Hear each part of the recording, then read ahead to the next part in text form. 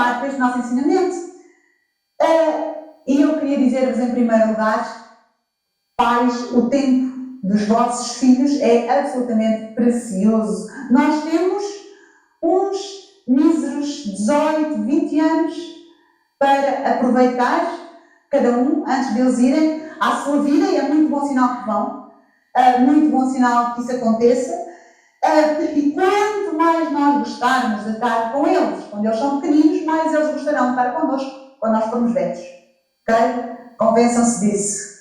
Convençam-se disso.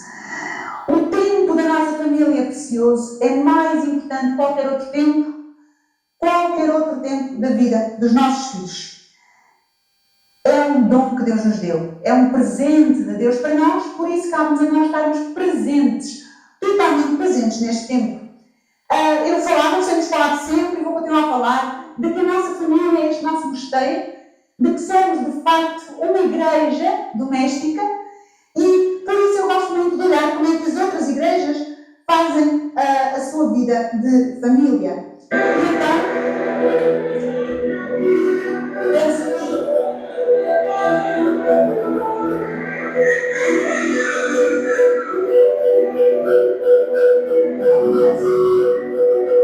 E temos aqui um termo de recreio, está bem?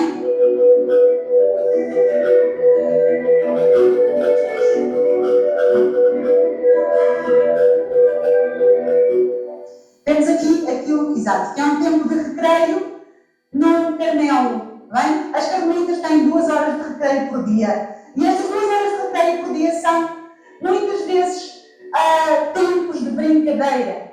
A brincadeira é o que mais divino nós fazemos e vivemos na nossa vida. Às vezes esquecemos disto. As carmelitas são capazes de brincar assim, e nós às vezes, em família e com os nossos filhos, temos dificuldade em o fazer. Brincar é de facto a mais alta expressão de louvor que nós temos para Deus. Porquê? Porque é completamente inútil. Não produz nada. Se não o louvor é inútil, não é? Não faz nada, não traz bem nenhum, não constrói, não fabrica nada, é inútil. E por isso é gratuidade total. E estamos completamente gratuitos com os nossos filhos. É absolutamente essencial. O Evangelho diz-nos que o reino de Deus é das crianças. Portanto, nós precisamos realmente de encontrar tempo para brincar, para estar com os nossos meninos. O próprio Deus gosta de brincar. Nós temos o Salmo 104, diz uma frase que certamente vocês já ouviram.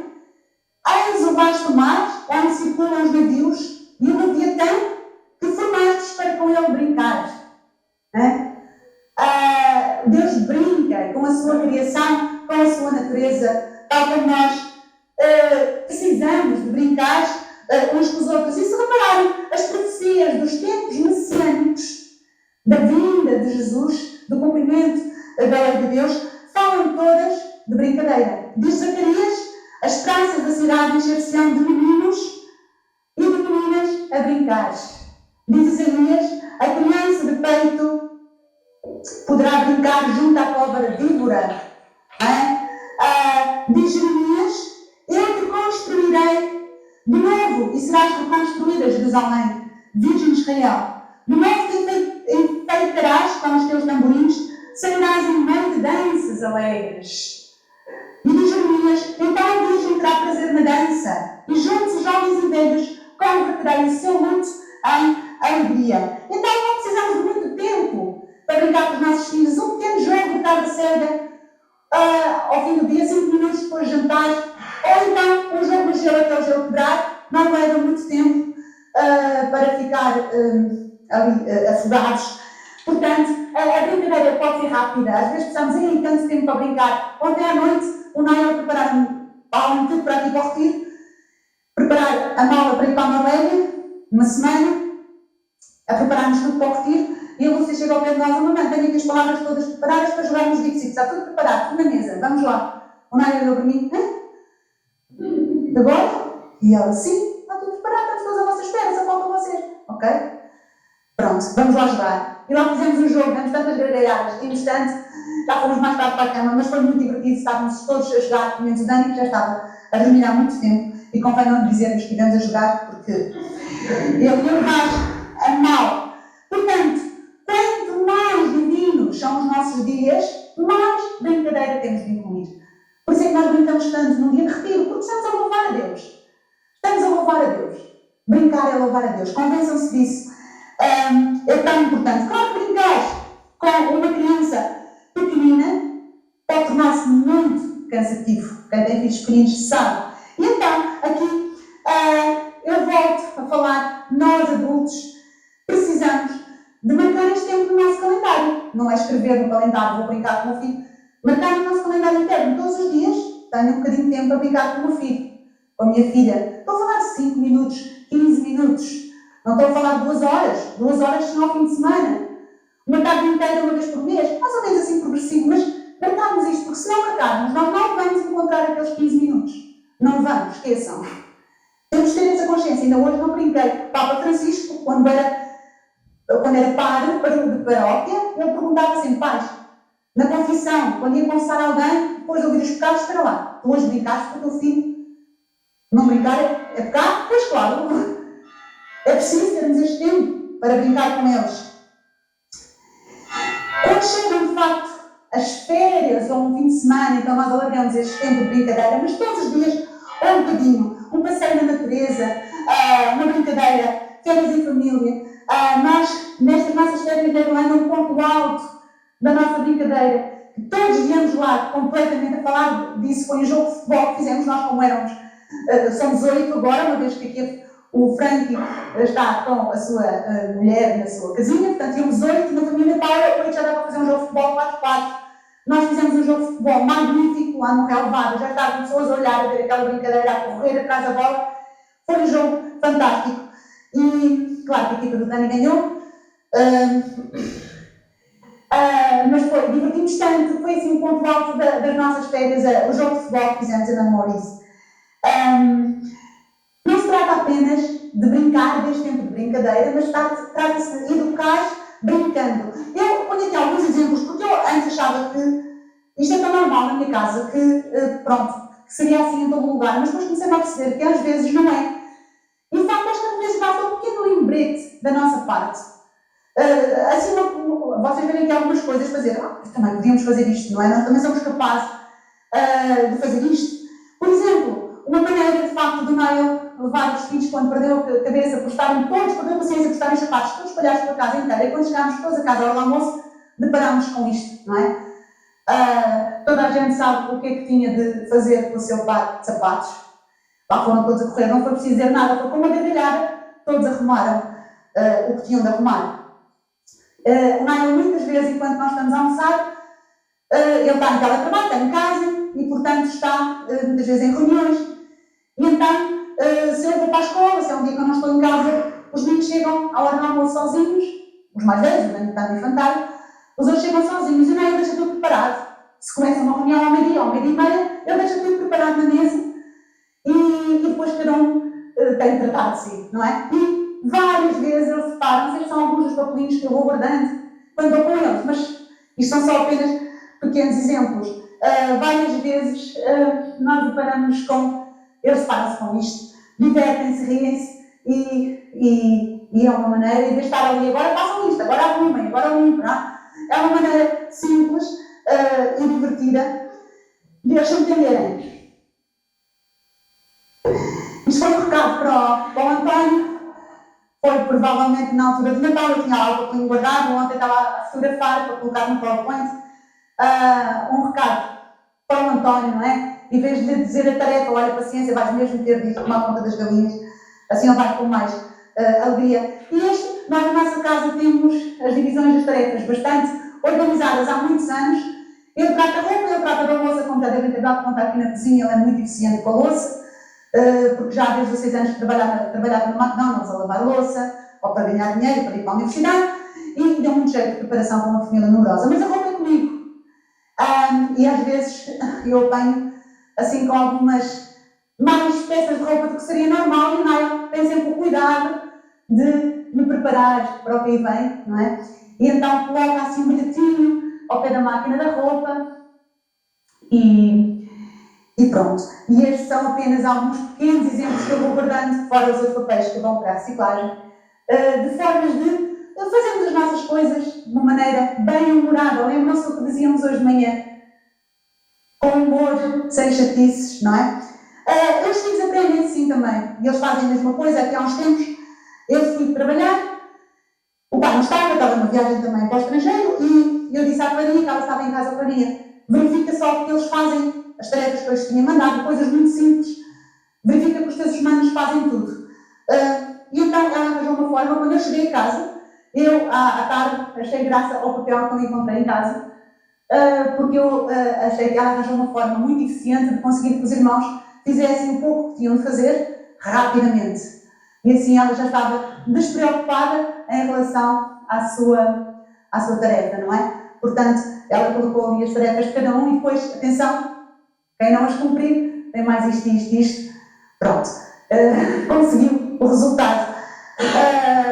Neste verão, na porta do nosso frigorífico, também tivemos lá uma competição de ver quem matava mais moscas. Foi o David que idealizou o cartaz. E, portanto, isto são os momentos para vocês verem como é que nós podemos levar a nossa vida familiar a brincar e não a ralhar. Eu já disse várias vezes que na interação com os nossos filhos, nós tivemos aquela máxima de 8-2, não é? 8 interações divertidas, carinhosas, afadas para 2 resmundices. Estamos bem, não é? Não conseguimos sempre, mas se aumentamos daí para muito mais, alguma coisa tem de ser alinhada, está a correr mal. Portanto, vamos tentar trazer o humor de volta à família, não é? Dentro deste tema da brincadeira, por exemplo, para fazer uma criança obedecer, eu com o Dani muitas vezes ao fim do dia, quando ele está cansado, ele estava bem mesmo antes de ir para a cama, está muito cansado, já está a fazer birra, e então, caso eu venha lá em cima, eu digo, Dani, vais fazer uma corrida, a ver quem chega lá acima primeiro. Tua mãe, ainda ontem foi assim. Claro, é no instante que eu ponho na casa de banho, ela vamos a fazer corrida, ele ganha sempre, no instante, está lá em cima, ganha de certeza àquela hora, então está lá em cima, pronto. Portanto, este tipo de formas de educarmos com muita brincadeira.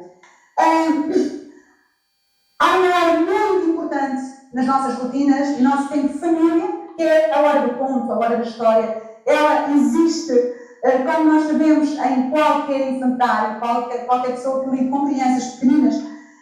Mas nós aqui estamos a falar de Deus, estamos a falar de espiritualidade, e eu acho que esta hora é altamente espiritual. Primeiro, naturalmente, temos a tradição bíblica, não é? Temos a tradição bíblica, que toda a Bíblia, antes de ser escrita e lida, era contada, não é? E isto aparece as histórias da Bíblia, o mandamento de Deus de contar histórias aos nossos filhos. Diz o Deuteronômio 6, versículos 20 e seguintes: amanhã, quando o teu filho te perguntar que são estes testemunhos, estatutos e normas que o Senhor nosso Deus nos ordenou, tu dirás ao teu filho: nós éramos escravos do faraó no Egito, mas o Senhor fez-nos sair do Egito com mão forte. Ou seja, quando o teu filho te perguntar que normas são estas, que regras são estas, que tu não lhe dás normas morais, contas uma história. Nós éramos escravos no Egito, conta-nos uma história.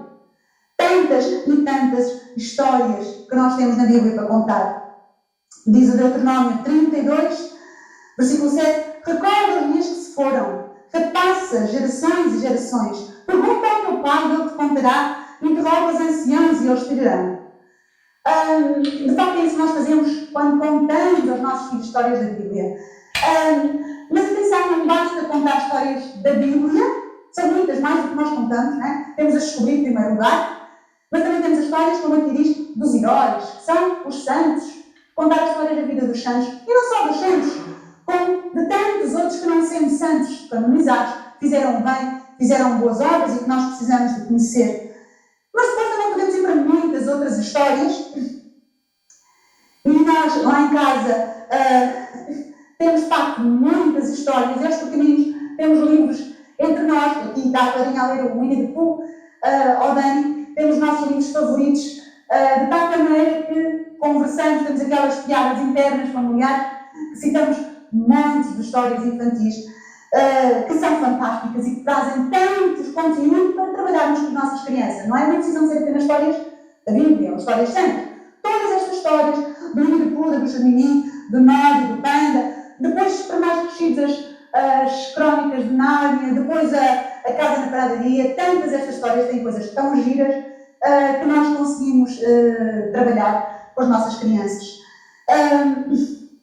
E há um pormenor, vocês veem aqui, e na imagem anterior, quando nós contamos uma história, traz esta imensa vantagem, não é? Estamos ali com uma mantinha todos enroscados.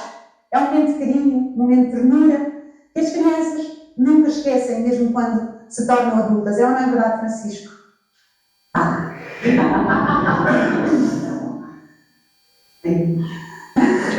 É verdade, é verdade, é verdade. A hora da história para o Frank nunca chegava.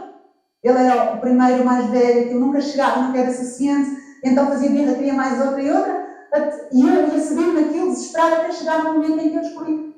Podia simplesmente dizer que não, mas chega.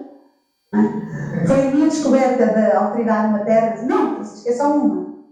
Bom, não aceitou. Enfim, isto é para vos dizer que tudo aquilo que eu estou a dizer, não é? Tudo aquilo que eu estou a dizer é descoberta minha pessoal. É descoberta minha pessoal, eu não sou diferente de ninguém e, como vocês, também aspiro à santidade, mas estou muito longe lá a chegar a mim.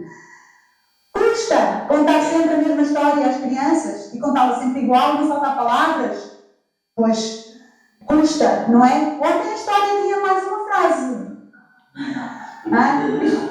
Custa, claro que custa. Então o que é isto? É o nosso privilégio. É o nosso privilégio durante 5 minutos por dia, ele tem que ler uma história, durante 5 minutos por dia, morrermos para nós próprios.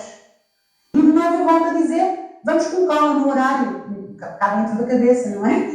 Não temos colocá-la como uma necessidade de fazermos com os nossos filhos. Nós sabemos para além de todos os motivos, obviamente que eu não estou aqui a falar desses motivos pedagógicos, etc., não é? Como professora eu sei a importância de contar histórias, eu estou aqui a falar mais deste aspecto espiritual, de quanto nós podemos aprender e interagir com as crianças, que são com as historiazinhas do Winnie the Pooh. Há tanta coisa que nós falamos lá em casa, de valores, de aprendizagem, é infinito mesmo. E claro, contar histórias da família. Contar a história da família é absolutamente essencial. Isto é um mandato de Deus também. Não é? No Salmo 78 diz assim: o que nós ouvimos e conhecemos, o que nos contaram os nossos pais, nós contaremos a seus filhos, nós o contaremos à geração seguinte. Os louvores do Senhor e o seu poder, e as maravilhas que realizou, ordenando a nossos pais que os transmitissem aos seus filhos, para que a geração seguinte os conhecesse, os filhos que iriam nascer. E o Salmo vai por aí fora contando a história de Israel. Está a falar dessa história de Israel, é verdade, mas as histórias da nossa família são histórias bíblicas. Não é? Se nós olharmos para ela com os olhos de Deus, o que Deus foi fazendo nos nossos antepassados, foi fazendo até chegarmos a nós. Contemos e voltemos a contar e aproveitemos a oportunidade que temos ainda de ouvir estas histórias da boca dos avós, dos tios e dos primos, antes que já não consigamos fazer o elo para as contar às gerações seguintes. Na Irlanda nós tivemos a ocasião, então este ano foi muito especial, porque o meu sogro já está mesmo muito velhinho, mesmo já praticamente não fala, só vai dizendo sim, não. Mas os filhos à volta dele iam lembrando todos a conversa ao pai. Então ia aquela história, e contavam tantas histórias de família que os meus filhos não conheciam, estavam abismados a ouvir. A sério, o avô fez isso, a avó fez isso, e histórias tão bonitas. Pronto, que o meu sogro tem, o meu sogro foi professor primário, diretor de uma escola primária toda a vida, foi o mais longo diretor de escola primária, não sei se foi da Irlanda, se mais recebeu até uma medalha do Papa, porque ele começou como diretor de uma escola aos 19 anos, até se reformar sempre como diretor, e trabalhava sobretudo na comunidade cigana da Irlanda, e fez uma obra maravilhosa. E as histórias que ele contou do que ele fazia ali, e da forma como trabalhava com as crianças difíceis e aquilo tudo. Foi tão bonito, foi tão comovente ouvi-lo contar histórias que eu não conhecia. E quando eu ia recordando e dizendo, pois é verdade, que giro, tantos valores que a gente aprende ali, e tanta coisa que eu ouvi falar disso. Agora já percebo porque é que o Naio é assim, não é? Tanta coisa que eu fui percebendo. A mesma coisa aconteceu agora quando chegámos à Idanha, não é? Que era a terra dos meus avós. E que eu perdi o elo com a Idanha quando o meu pai morreu, quando eu tinha 18 anos, porque a minha mãe veio para aqui para a zona da Aveiro e perdemos o elo com a história, a parte da família que era de lá. E agora é assim, eu ando na rua e de 2 em 2 pessoas têm uma história do meu pai, dos meus avós, dos meus tios, para contar coisas que eu não sonhava. E tem sido fantástico ouvir estas histórias. Eu acho que é um privilégio tão bonito ter estas histórias para ouvir. Chegamos a um ponto, ao contar histórias aos filhos, que eles já não sabem se foram eles que viveram a história, se foi alguém da família. Uma vez, no carro, vinhamos a contar e o David vinha a dizer, ou o Frank e a Clarinha vinham a dizer, lembras-te daquele dia que foi carnaval, que nós fomos à casa da vovó e batemos à porta e era um grande urso que nos abriu a porta. A minha mãe tinha-se vestido de urso. E que nós demos um salto enorme. E quem estava a dizer, não, quem estava a dizer isto era o António. Lembras-te do dia em que nós fomos à casa da vovó e a vovó abriu a porta e era um grande urso? E o David, António, tu não tinhas nascido? Mas eu lembro-me, depois de tanto ouvir contar a história. E esta é a maravilha de contarmos as histórias da Bíblia aos nossos filhos. Qualquer dia a gente tem dá conta que não esteve lá. Com o objetivo é que nós tínhamos lá. Eu não tinha nascido, mas eu já ouvi aquilo tanta vez, já é a minha história, já faz parte de mim, da minha família e da minha casa, não é? Tão importante contar todo o tipo de histórias aos nossos filhos, não é? Dos mais variados, para que eles cresçam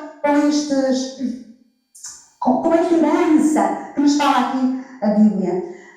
Para além das histórias, para além da brincadeira, para além de tudo isto, temos um tempo bastante mais aborrecido, que se chama trabalho, não é? E como vocês sabem, as crianças são fantásticas a trabalhar, fantásticas, trabalham imenso, até ter a idade de ajudar e trabalhar a sério, não é? A partir daí passas a vontade e, portanto, um trabalho feito com uma criança pequenina leva o dobro do tempo do que levaria sem a ajuda preciosa dessa criança, mas tem o dobro do valor, não é? Tem o dobro do valor. Quando eles finalmente têm de fazer o trabalho sozinhos, é o fim do mundo. Então também precisa arranjar estratégias para que esse trabalho aconteça, não é? Nós temos a hora da jardinagem na nossa casa, que é todos os sábados de manhã, das 10 às 11, e de facto é uma hora de trabalho fantástico para uns, forçado para outros, mas toda a gente sabe que é a hora de jardinagem, portanto, paciência, é assim que é. Tentamos torná-lo o mais interessante possível, não é? Podemos, no fim da jardinagem, vamos todos sentar-nos a comer um gelado, muitas vezes acontece. Podemos arranjarmos estratégias para que esta hora seja feliz, seja uma hora boa e vai ficar no coração deles. Portanto, esta sensação do trabalho feito em conjunto. O nosso David não é assim grande adepto da jardinagem, pronto, podemos pôr isto assim de uma forma delicada, mas sempre cumpre, obviamente, não é? E agora foi para a universidade, foi estudar fora, está a dormir fora de casa, a morrer de saudades de casa, e este sábado, quando chegou a casa, bem, aquilo chegou às 11 horas, a partir das 11 horas é voluntário, o pai continua no jardim até a hora do almoço, os outros podem ir embora, e o David não saiu dali. E sim, David, ele está-me a saber tão bem.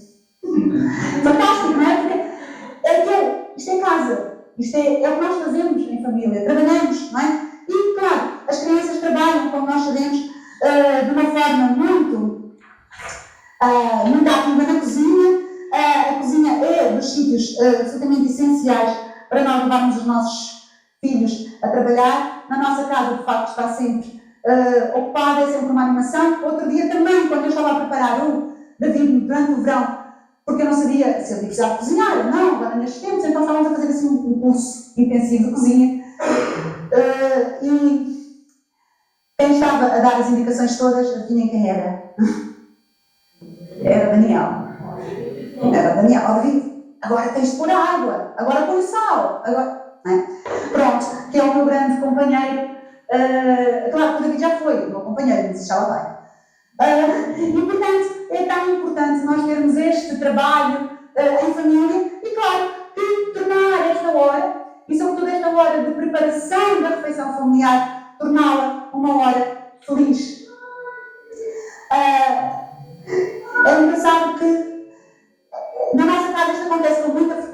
como nós gostamos muito de cantar, como gostamos muito de música, muitas vezes quando estamos nesta hora na cozinha, e a cozinha tem espaço para todos, graças a Deus, está alguém a fazer umas coisas, estão outros a tocar, é uma animação, de facto, que nós temos, e é tão bom quando conseguimos estar todos, ou quase todos, numa grande animação na cozinha, não é? Portanto, tornar sobretudo esta preparação da refeição familiar, que é o ponto que eu vos vou falar, então, agora a seguir, exatamente a refeição familiar. É uma parte muito importante, exatamente. É uma parte muito importante.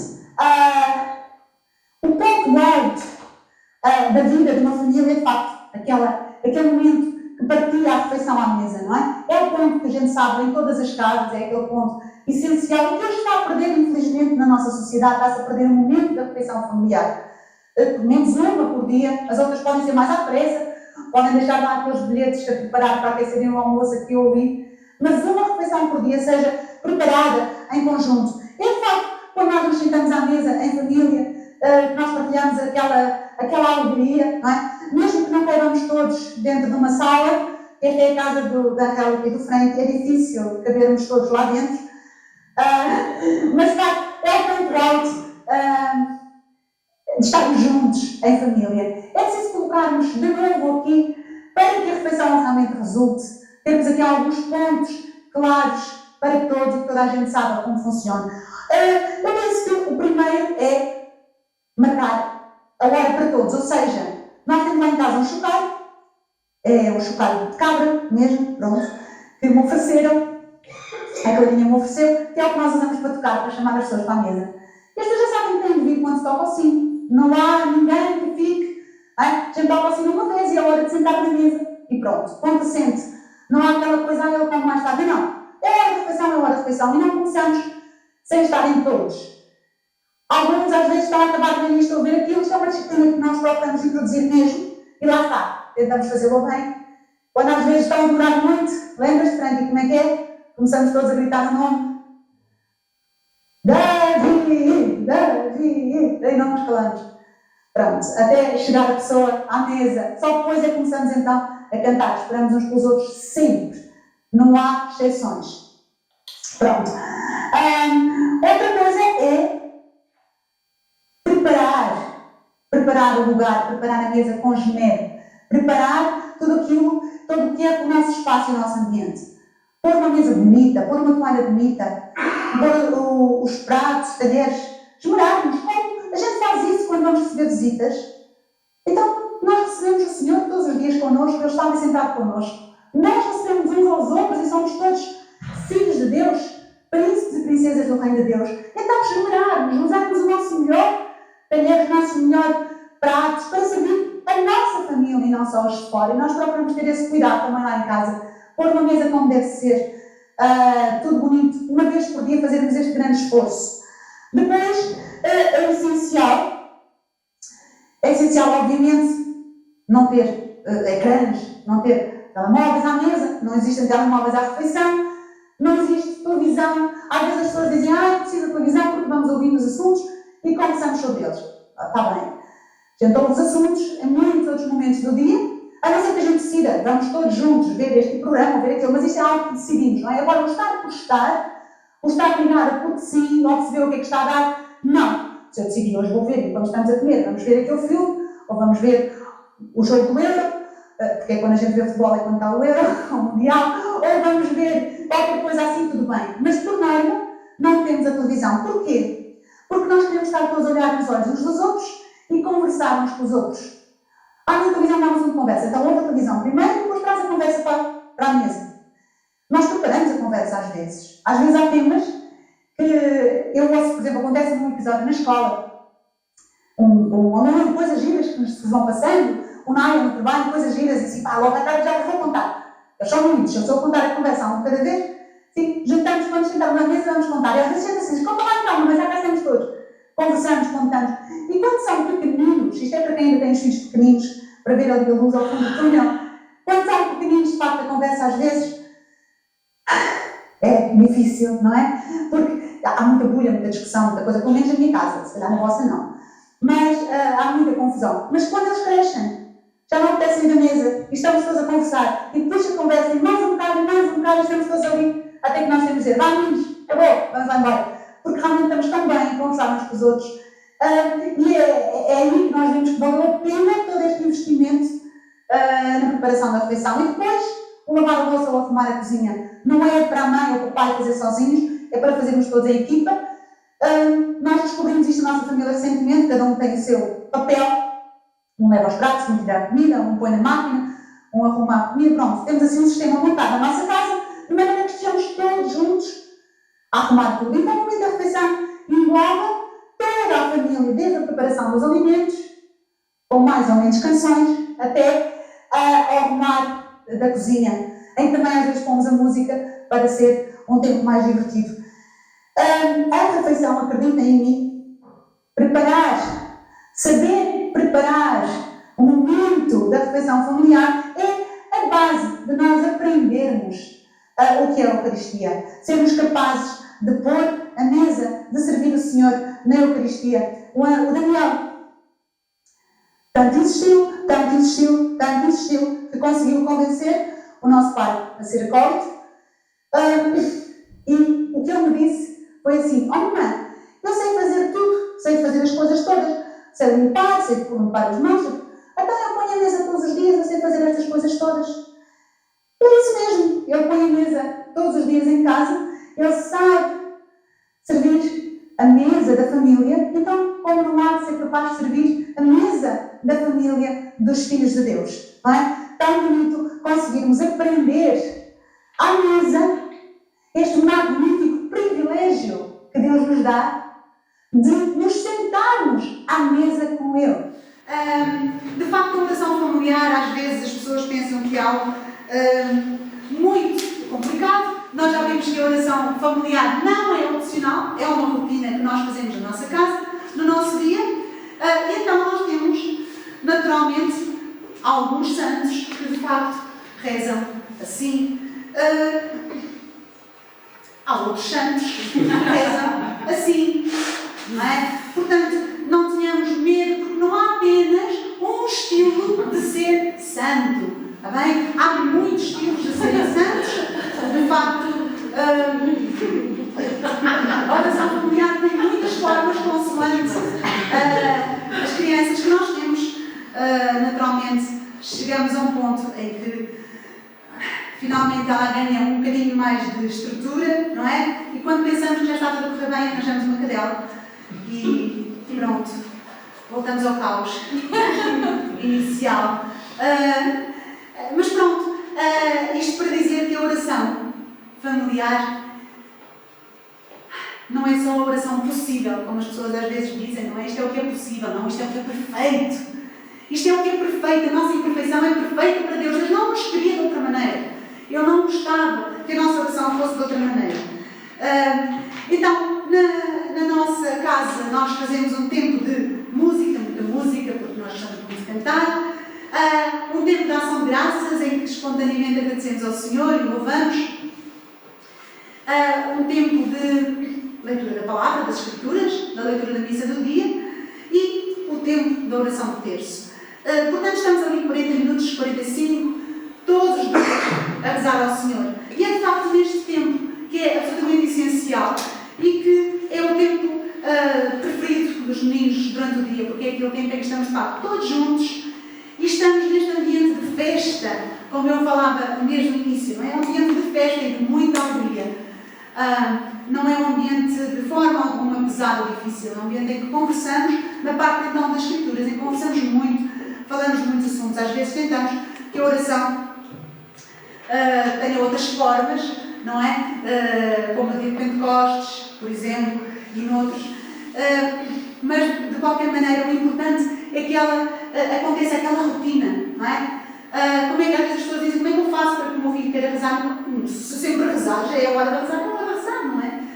Não há nada a saber. É assim que nós fazemos e as coisas de facto acontecem e tornam-se maravilhosas. E então eu estive até agora a falar daquilo que é o tempo de família. O tempo de família, a brincadeira, a história, o trabalho, a refeição familiar e a oração familiar. São, no fundo, aqueles grandes momentos que nós passamos na nossa vida em família. Mas queria agora falar um bocadinho daquilo que eu acho que é o tempo de irmão. Não é? E agora é para quem tem filhos com irmãos, naturalmente. O tempo de ser irmão, que é um tempo absolutamente essencial e que é um tempo difícil, e a própria Bíblia o reconhece. Não há nenhuma história na Bíblia de irmãos que não tenha problemas. Começar com Caim e Abel, passar por Esaú e Jacó, não é? As histórias de irmãos, os irmãos que venderam José e por aí fora. Portanto, o relacionamento de irmãos é um relacionamento difícil. Não é só nas nossas casas. É na casa do povo de Deus. Qualquer uma das casas.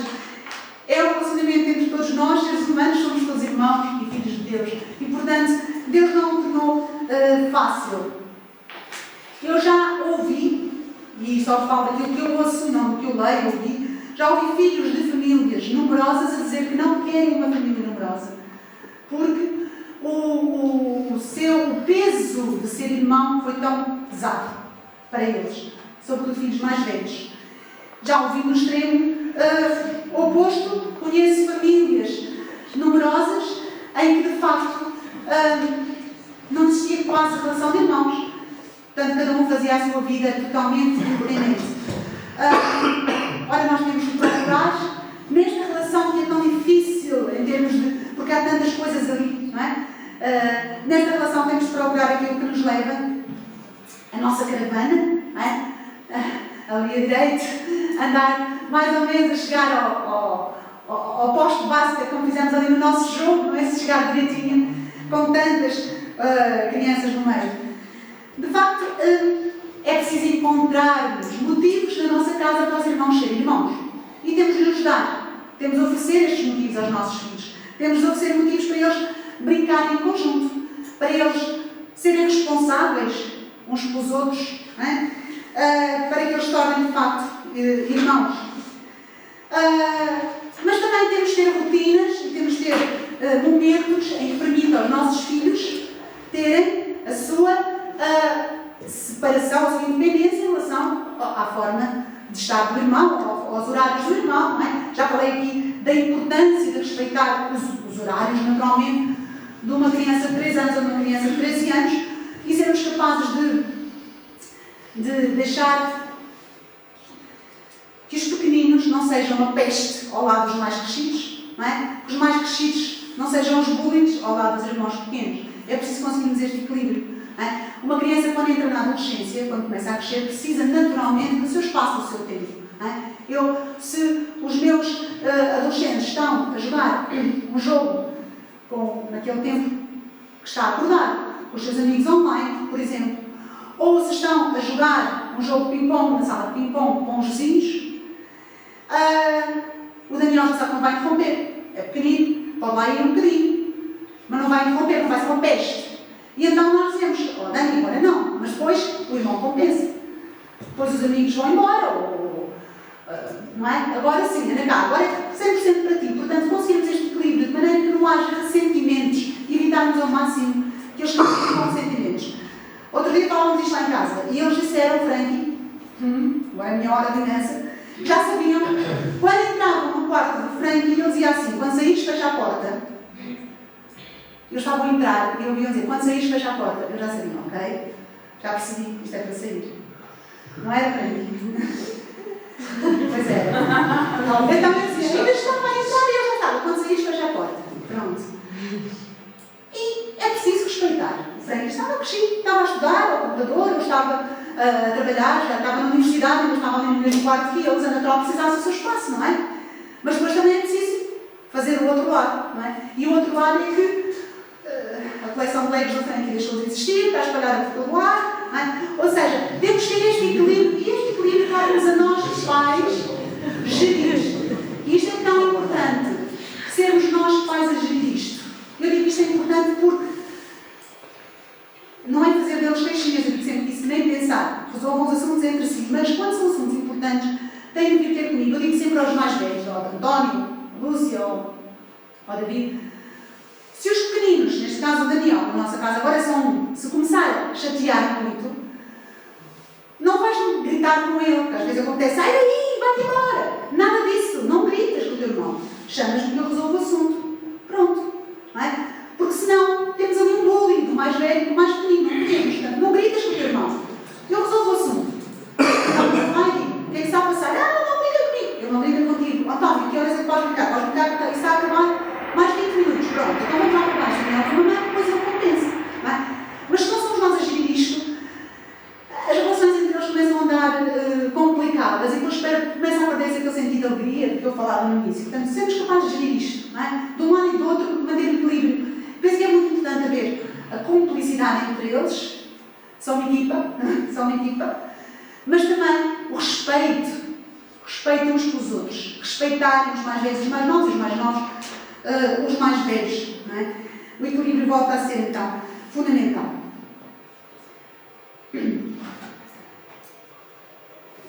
E agora o nosso tempo de casal. Falámos de tempo de irmão, agora o nosso tempo de casal.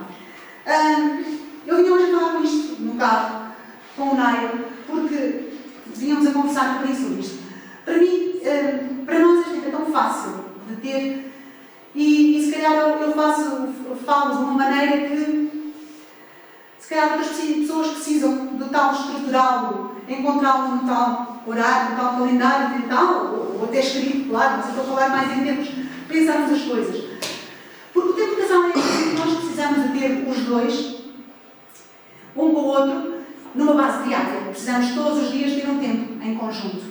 No nosso caso, isto é o nosso exemplo, nós sempre conseguimos este tempo quando as crianças eram pequeninas e também por o Nairo ser irlandês e vir, graças a ele, me ter ensinado a adormecer crianças cedo, porque de facto, como bom irlandês, ele nem se punha a questão, de facto aprendi isso dele, confesso, foi com o Nairo, não é? É óbvio, as crianças vão para cá, mas 8h30, qual é a questão? Normal. Para ele isto sempre foi básico. Aprendemos a fazer isto, então as nossas crianças sempre se deitaram quando eram pequeninos cedo. Pronto. Eu sei que muitos que vivem em cidades, chegam muito tarde também, não é o meu caso. A minha escola terminava, não é hora de horário escolar, 5 horas no máximo. Pronto, isto é um exemplo. Mas seja a hora que vocês marquem. Mas nós conseguimos sempre ter, enquanto eles eram todos pequeninos, a partir das 8h30, 9 menos um quarto, um tempo para nós. Bom, até nos deitarmos. Pronto, quando éramos mais novos. Claro, com o bebê ao colo, sempre. Mas os bebés não dificultam o tempo de casal, não é? Os bebés não fazem diferença, a não ser num momento de crise, de choro, estão ali ao colo, não há problema. Mas os outros, 2 anos, 3 anos, 4 anos, 5 anos, 6 anos, por aí fora. Depois, claro, passaram os mais velhos a dormir às 9, depois às 9h30, e agora gerem os seus horários, já estão mais crescidos naturalmente, às vezes é que deu antes deles. Mas pronto, mas agora não dificultam nada o tempo de casal, porque eles são crescidos, estamos todos na sala, cantamos, rezamos, e depois uns estão a ler, outros estão a tocar música, outros estão a ver computador, seja o que quiserem, a ver televisão, mas hoje em dia séries de computador, cada um tem o que quer fazer e eu e o Nairo podemos estar perfeitamente ali a conversar e é o que nós fazemos muitas vezes. Já são mais crescidos, o Dani vai para a cama às 8h30. Pronto, mas nós tínhamos este tempo de casal diário. Como é que a gente fazia isto? Quando eles iam para a cama? Nós gostávamos muito, às vezes, de ver uma série de 20 minutos, nós gostávamos de ver uma série de comédia, geralmente, para rir, víamos os Friends, e gostávamos muito de ver isto. Outras vezes, tínhamos música e dançávamos, nós estamos muito a dançar, e então ficávamos ali na sala a dançar, divertimos muito. Outras vezes, com o intercomunicador na mão, andávamos à volta da casa, fazer círculos à volta da casa com o intercomunicador na mão, até que temos filhos mais crescidos e eles já ficarem então na sala a ouvir os irmãos, assim, não te preocupes, se for preciso vou lá, ou chamo, é o que fazemos agora muitas vezes, mas já passei à noite, e pronto, e eles lá estão a dormir. Mas encontramos este tempo diário de conversa. Certamente que outras famílias não tenham este tempo e não consigam encontrar este tempo, precisam, depois de o marcar, precisam ter um dia por semana. Eu acho que uma vez por mês é pouco. Como eu tenho diário, mas eu acho que pelo menos um dia por semana, para depois das crianças deitarem, ou de manhã, não sei, cada um tem os seus horários diferentes, não é? Conseguirem um tempo para conversar um bocadinho. Não é? Para conversar. E que seja uma conversa agradável e nós já falámos, durante todo o dia aquelas balizas que eu vos falei na cabeça, não é? Aquela base de educação que temos de ter, sobretudo em família, para conversarmos, para avaliarmos as coisas, como é que está tudo a correr, como é que não está, espontaneamente irmos conversando uns com os outros. Nós gostamos muito de fazer isto. Como não é uma tanta teletrabalho, pronto, falamos muito mais, mas mesmo quando ele está a trabalhar fora, ou no estrangeiro, como mandamos SMS, às vezes alguma coisa, olha, aconteceu isto, aquilo, pequenas mensagens, e vamos conversando sobre muitos assuntos, de facto, muito facilmente.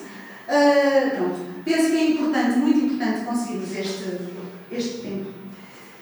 E agora ia falar de um último tema, porque eu acho que é muito importante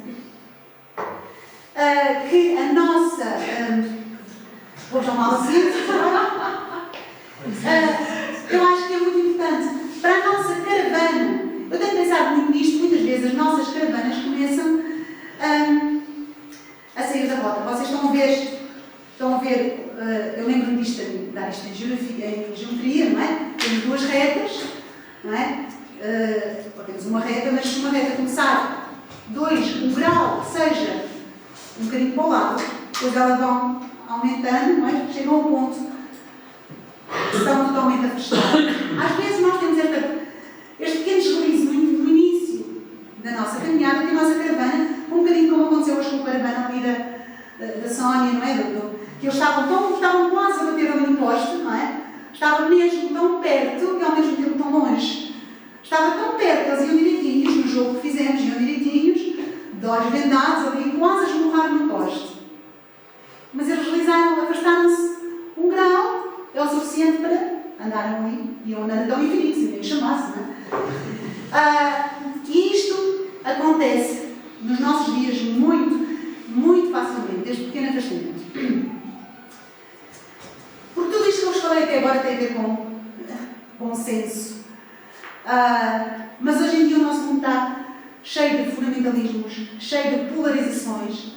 O Papa Francisco fala muito nas ideologias, não é? Estamos a viver uma época altamente ideológica e isto corremos muito risco. Sobretudo quando falo destas questões de educação. Os pais novos, eu não sou dessa época, desse tempo. Eu sou do tempo de ter um problema, de ter uma dificuldade a educar os meus filhos, cuidar deles, pegar no telefone e ligar à minha cunhada na Irlanda, perguntar como é que tu fazes, como é que tu consegues cozinhar por 3 vezes em casa? E ela dá dicas de lá. Eu sou do tempo de fazer assim, não é? Mas hoje não. Hoje as famílias novas clicam na internet, não é? E depois vem aquilo tudo por aí fora. E isto pode ter coisas muito boas, mas também pode ser terrível porque nos faz entrar em situações absurdas. E eu só vou falar daquelas que eu conheço, não é? E tenho aqui alguns exemplos daquilo que eu ouço. Por exemplo, um exemplo que muitas mães conhecem facilmente. O exemplo da amamentação, que é fantástico. Eu amamentei 3 filhos sem nunca usar um biberão e depois tive 4 filhos que só usei um biberão. Portanto, eu sei falar do assunto, porque eu adorei amamentar. E depois o que foi engraçado, o que eu achei fantástico foi quando tive de dar o biberão a partir do quarto, porque depois da morte de Tomás eu não voltei para conseguir amamentar, por mais variadas razões. Quando tive de dar um biberão a partir do quarto, afinal é tão fantástico como amamentar. Tenho ali o meu bebê encostado a mim. Para mim foi uma descoberta, portanto eu estou a falar com toda a humildade daquilo que para mim foi realmente uma descoberta fantástica, não é? Eu que achava que... Pronto. Então o que é que isto acontece muitas vezes? Nós vivemos neste tempo de fundamentalismo. E há pessoas que vivem como se a natureza ainda estivesse no tempo anterior à queda de Adão e Eva, não é? Com Adão e Eva introduziu-se o pecado no mundo e ao introduzir o pecado na natureza, a criação sofre, geme as dores de parto até aos nossos dias. Portanto, a natureza, a criação não é o que era. Portanto, aquela ideia que nos transmitem que todas as mães conseguem, todas as mães... Não é verdade. Seria verdade antes do pecado de Adão e Eva. Hoje em dia não é verdade. A natureza está fragilizada. Não é? Portanto, o que é que acontece? Acontece que uma mãe que não consiga, pelas mais variadas razões, amamentar, sofre horrores, sentimentos de culpa, fica ali mergulhada em sentimentos de culpa cada vez que prepara um biberão para dar ao seu filho. Ou então vai fazer um pino para ter o leite que não tem. E então vai estar ali a espremer e a fazer, sem se dar conta que à sua volta está tudo a ruir. Estão os outros filhos que precisam de atenção, está o marido a ficar farto daquela história, está tudo, não é? A ficar cansado. O que é que aqui está? Falta tal bom senso. Espera lá, isto não funciona, vou dar um leite, vou complementar, vou suplementar, vou dizer o que for. Mas vamos entrar neste registro de bom senso. O que é que acontece? Porque é que eu tenho aqui o sistema solar? É que ou é Deus o nosso centro, ou é outra coisa qualquer. Neste exemplo pode ser a atenção, está no centro. Se eu ponho aquilo no centro, então vai tudo girar àquela volta, o mundo vai cair porque nós não nos de órbita. E eu estou a falar do que eu vejo à minha volta. Casos, exemplos que eu conheço de pessoas que realmente entraram em paranoia absoluta, bebés cheios de fome ao colo, a gente a ver que o bebê tem fome, a vontade de dar, chegar ali, de dar um biberão, mas insistem que não vão dar porque a natureza está feita e programada. Pois está, pois estaria, não é? Pronto. Isto é um exemplo, mas vou dar outras teorias que eu também já ouvi. Tem um nome, mas eu não sei que nome é, que é os bebés têm de estar sempre ao colo, não podem deitar-se no carrinho, porque faz mal ao bebê, o bebê deve estar ligado à mãe, andar sempre ao colo da mãe, etc. Mas já ouvi isto, já tem pessoas que fazem isso. O bebê não descansa, a mãe não descansa, e depois estão sempre ali ao colo, depois a mamãe tem de ir para a cama com o bebê, fica um bocadinho sozinho, noite após noite, após noite, após noite, sozinho na sala, num serão, sem ninguém. Tristeza, não é? A gente pôr aquilo então lá no centro e andar tudo à volta de uma teoria que, como todas as modas, vai passar, mas vai deixar as suas marcas. Outros proíbem terminantemente, por exemplo, todo tipo de ecrãs de computador, por razões porque acham que são fonte de. Eu conheço, estou a falar de exemplos, conheço muito de perto, nomeadamente amigos dos meus filhos, com que eles gostariam, por exemplo, de fazer um jogo de computador, etc., e que estão proibidos porque são fonte de todo tipo de problemas, de violência, seja do que for, de problemas morais, etc. Aqui estamos, outra vez, num excesso, a gente proíbe os ecrãs, mas, graças a Deus, na minha casa nunca entrou nada imoral, nunca entrou nada impróprio, a não ser uma frase que o David leu num livro, não foi em nenhum computador, que veio ter comigo e disse, num livro do Plano Nacional de Leitura, oh mãe, esta frase não é para a minha idade, pois não, tinha eu 11 anos na altura.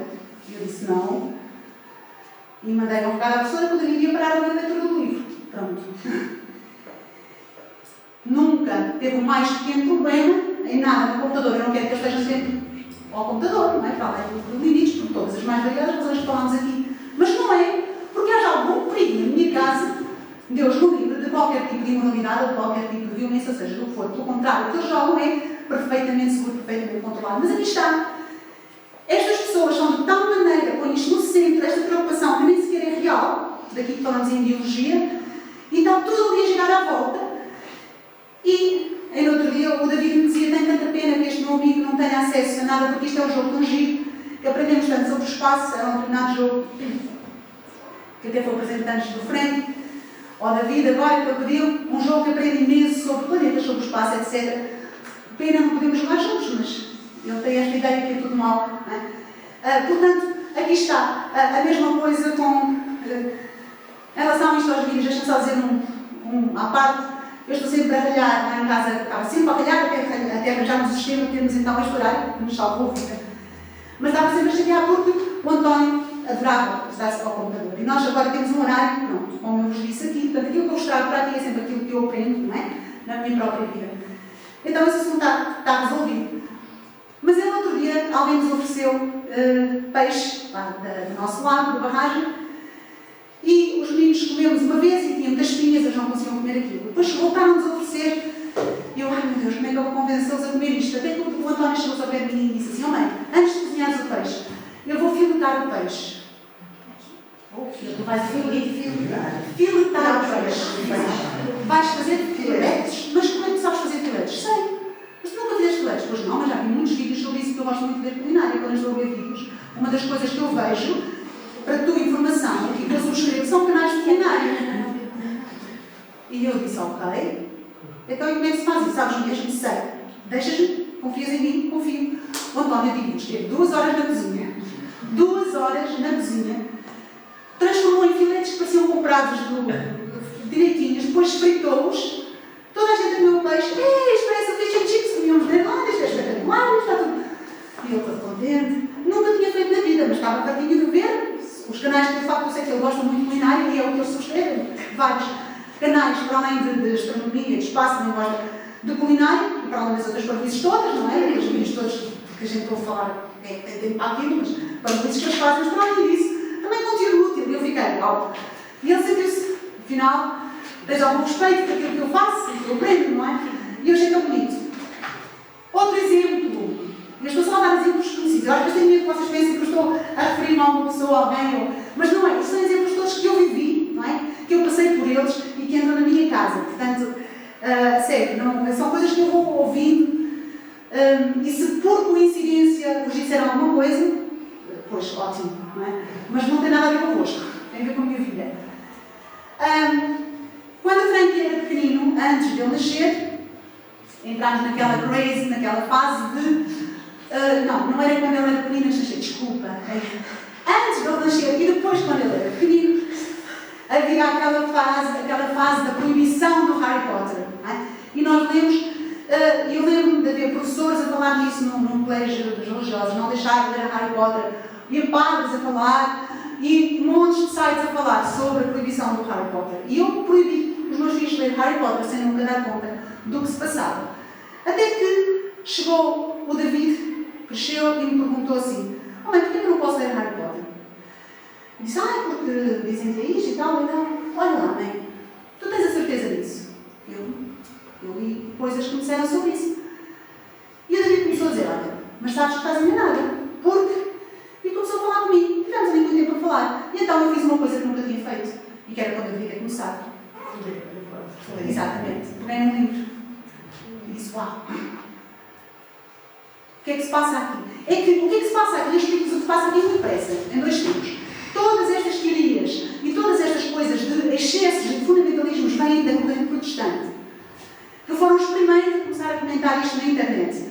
São tudo, porque eles têm uma atitude muito diferente da católica em relação a estes temas. Vêm todos, se vocês forem ver, tudo isto vem lá. E depois, nós deixamos contagiar. E depois ouvimos pessoas falar que nunca ouviram, nunca leram, nunca verificaram. E quando a gente começa a ler, realmente, nós estamos aqui a condenar uma autora cristã, que é das vozes mais fortes que tem havido, hoje em dia, contra a teoria de género, contra todas estas questões. Tem falado abertamente, tem dado cara, tem sofrido críticas atrás de críticas e banida de contas e tudo, a lutar por estes valores todos. E nós estamos a dizer que não podemos lá ler porque tem valores negativos. Não tem. Se lerem um livro, bem que não tem. Mas nós deixamos apanhar por isto, não é? Em vez de lermos e verificar, uau, aqui temos um herói cristão, não é? Um herói cristão, como está, que é o Harry Potter, não é? Capaz de dar vida, capaz de se oferecer e de dar. É uma história de bruxas, ok? Todos a Branca de Neve, já lá adormecida.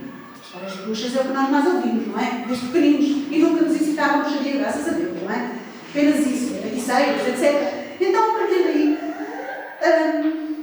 daí, os meus filhos a seguir, todos leram Harry Potter várias vezes, adoram os livros e nunca lhes fez mal, pelo contrário, só os levou primeiro pela leitura e depois à capacidade, de facto, de ler bons livros e de querer ler.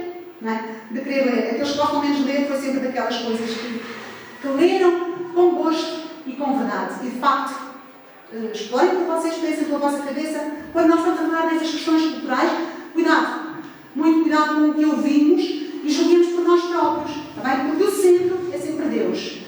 E como nós estamos a falar de questões doutrinais, estamos a falar de tudo o que está à volta, temos toda e devemos ter esta liberdade de investigar. Porquê? Porquê que dizem isto? Porque não? Porquê que há aqui? Vamos comparar, vamos ver. Não nos deixarmos levar, oh, que horror, olha isto, olha aquilo. Não. Vamos ver por nós próprios, não é? Outro exemplo ainda é o colocarmos determinado, já falei hoje um bocadinho de manhã, determinado tipo de educação, de escola, de escolarização, acima de tudo. E falo sobretudo em escolarização hoje em dia de escolas com projetos modernos e antissistema, não é? E há pessoas que são capazes de mudar. Ainda agora, uma família lá que nós conhecemos, a semana passada, nos disse que ia mudar para outro sítio qualquer, uma criança para seguir um sistema de ensino totalmente diferente. Uma coisa é a gente escolher a escola que quer, no sítio onde vivemos. Outra coisa é desenraizar uma família inteira atrás de uma coisa que não vai existir nunca, porque não sei se vocês já têm essa experiência, mas à medida que vão tendo filhos a crescer, vão se dando conta que o impacto é muito menos do sistema de ensino, muito menor do que nós imaginamos. O impacto sério, verdadeiro, é aquilo que nós temos em casa. Portanto, não há nada que vá suprir isso. Então, o que é que aqui acontece? Nós vamos dizer que não vamos mudar os de escola. Eu tive que mudar o António de escola uma vez porque o professor batia nos alunos. não é? Pronto.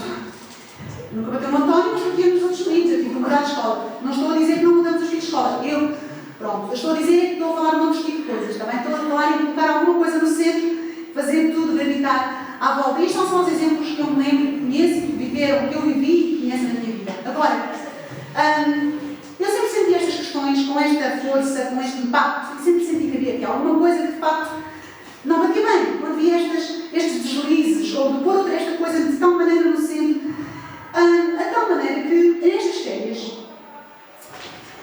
finalmente, alguém com as palavras, como eu não conseguia dizer, e esse alguém com as palavras foi C.S. Lewis, portanto, um teólogo e escritor irlandês, mas que viveu toda a sua vida na Inglaterra, que morreu nos anos 60 do século passado, e ele pôs isto em palavras. Portanto, ele é um grande teólogo cristão, era anglicano, portanto, que pensa muito sobre muitas questões e é fantástico ler, e agora com acesso ao Kindle tenho acesso a muita coisa. E C.S. Lewis escreveu um livro que vos aconselho a ler, que se chama Cartas de um Diabo ao seu sobrinho aprendiz. Pronto.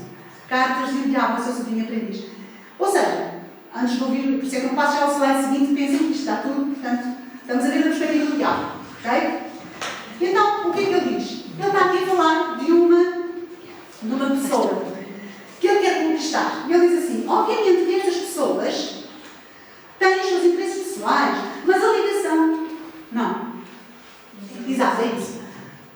Exato. Mas a ligação entre elas é apenas o cristianismo. O que nós queremos, diz o diabo, o que nos dava jeito, é se conseguíssemos transformar em cristãos não é? Cristãos em crise, cristãos em nova psicologia, cristãos em cura da fé, cristãos em nova ordem, cristãos em saúde, cristãos em vegetarianismo, cristãos em nova ortografia.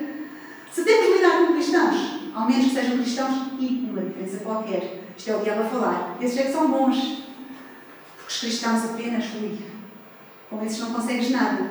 Ou seja, reparem, isto foi escrito antes dos anos 60, portanto, reparem aqui, cristãos em nova ortografia. Quantos católicos ouviam perder tempo a bater-se por causa da ortografia? Não é? Do acordo ortográfico, tanto linha que levou católicos a perder tempo. Enquanto católicos, não é? São cristãos e as vacinas, por exemplo, no Covid, meu Deus, já não podia. O que é que tem uma coisa a ver com a outra, não é? Não estou a dizer, como aqui diz, que não têm os seus interesses pessoais, e alguns já acham isso interessantíssimo, e a ortografia também, não é? Mas não sejam ideologia, não sejam uma atitude ideológica, não sejam cristãozinho. Isto é fundamental para o cristianismo, não é? Cristãozinho. As vacinas e a leitura do Harry Potter, não é? Cristãozinho, não é? E depois ele continua. Ele a seguir vai explicar porque é que isto é perigoso.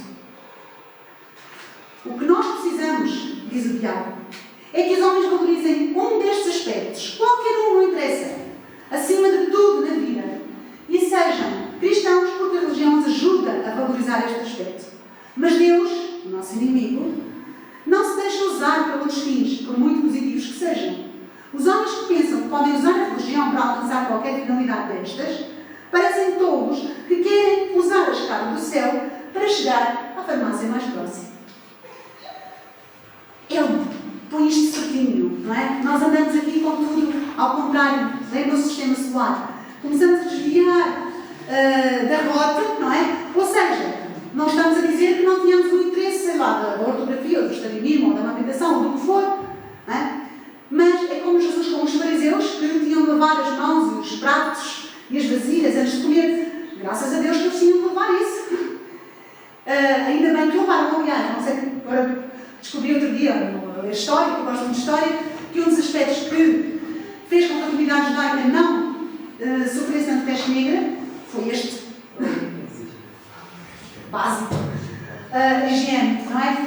O que é que Jesus criticava? Não ninguém está feio, eles não são melhores judeus por lavarem os pratos. Não ninguém está feio, não tem nada a ver. Portanto, não façam uma batalha de fé destes assuntos.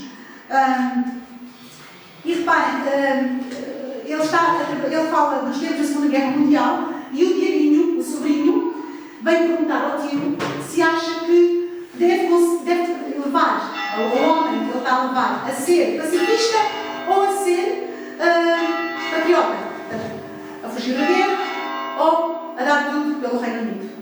dele é esta. É-nos absolutamente indiferente. O que importa é o seguinte: deixa-nos escolher uma das causas, pacifismo, patriotismo, e fazê-lo acreditar que é parte da sua religião. Olha, reparem, parte da sua religião. Pouco a pouco, acreditará que esta é a parte mais importante da sua religião. Então, devagarinho, sem barulho, gradualmente, vais fazê-lo acreditar que a religião é a parte importante desta causa. Ou seja, lá está o nosso sistema solar ao contrário, não é? Quando conseguires fazer com que o mundo seja o fim e a religião o meio, aqui está, o mundo, seja ele o pacifismo, justiça social, a alimentação, o que a gente falou aqui, qualquer causa indiferente, não tanto faz, seja ela qual for, é absolutamente indiferente.